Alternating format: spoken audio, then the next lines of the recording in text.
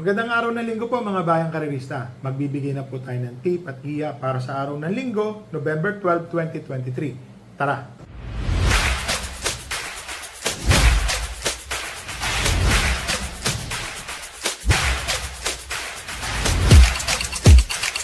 So mga bayang karerista, pinalad po tayo. Meron po tayong dalawang kabayang tatakbo ngayon. So si Doña Chichay at saka si Bonnie Avenue po. So magbigay na po tayo ng tip. Ang start time po ng karera ay sa ganap na alas 2 ng hapon po mga bayang karerista. Meron pong hinandang 7 karera para sa araw na to. Medyo may kanipisan din ulit na naman po ang lineup. Pero sana po magsitama po tayo. So dito po sa race number 1, ang distansya po ulitin ko lang is 1,400 meters po lahat ng karera. Dito po sa race number 1, one for the day ko na po siguro ito, si She's Royal. So, ang baba na po nito sa laban. Para sa akin po, tingin ko lamang na lamang, tumatakbo po ito ng maiden stakes race. Nakatakbo po ito doon, and then isang takbo, medyo hindi maganda pinakita. Nandun si High Roller. Nakita naman po natin mga bayang karerista, pinakita po ni High Roller kung gaano po kainam. So, dito po sa race number 1, tingin ko po, lamang na po ito, entry number 1, She's Royal.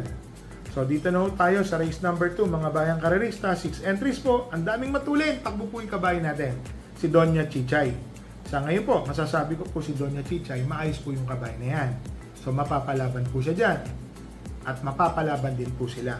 Si Doña Chichay po, siya po ang aking first choice. Oho. Ang second choice ko po dito, tingin ko yung entry number 2 na si Dugong Bughaw. Kaya po siyang nilagay kong second choice. Alam niyo naman, karera po yan.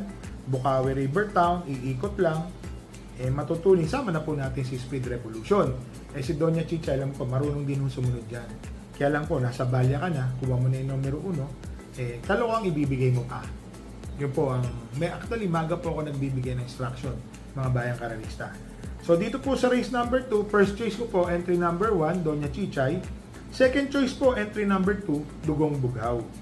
Dito na tayo sa race number 3, mga bayang karerista. Para sa akin, pwede na rin yung one for the day ito Si Cristiano, entry number 5. Kaya alam mo, kailangan natin magbigay ng panigundo. Ang ganda ng tinapos yung nakaraan ni Cristiano, mga bayang karerista. Nanalo po yan, galing sa panalo.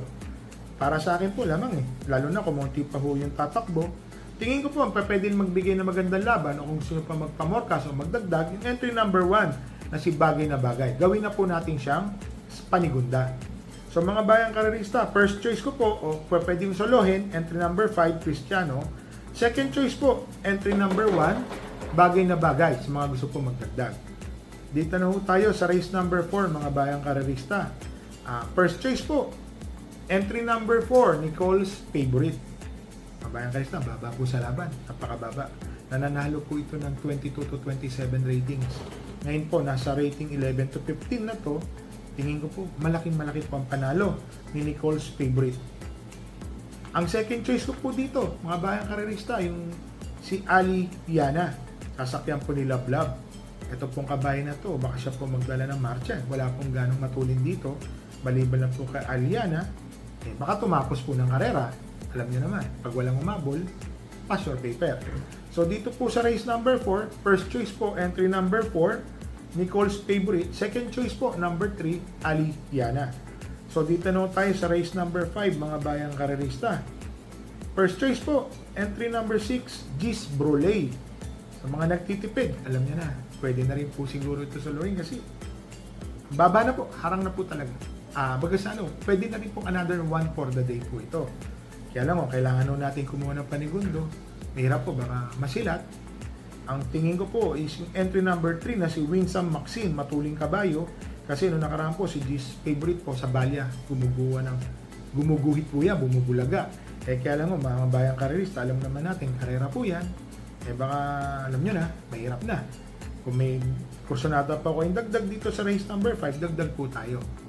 So, dito po sa race number 5, first choice po, number 6, Gis Broley. Tingin ko lang lamang na yan. Second choice po, entry number 3, Winsome Maxine. So, dito na tayo sa race number 6, mga bayang karerista.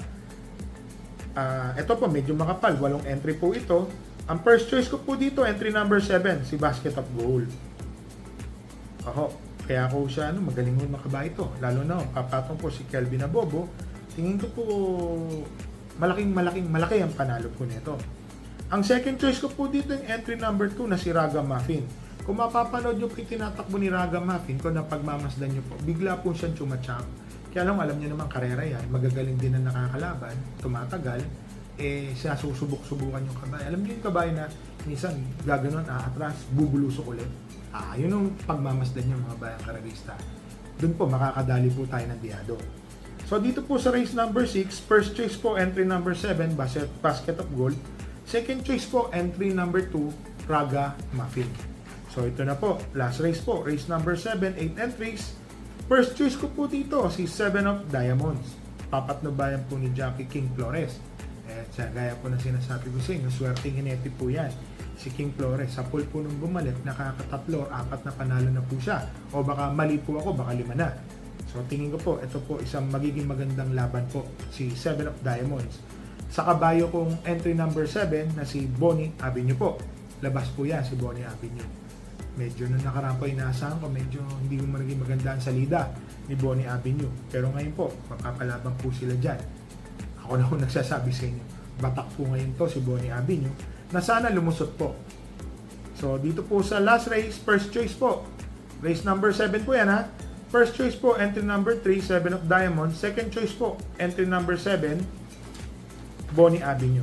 So, shoutout lang po natin to si Mr. Rams Gilon at kay Jackie A.R. Manabat from Japan. So, shoutout ko rin po si Miguel Recosana. Nakikita ko minsan yung mga comment mo, ganito, ganyan. Alam niyo naman. So, be friends of all friends. So, mga bayang karerista, happy racing po and good luck po.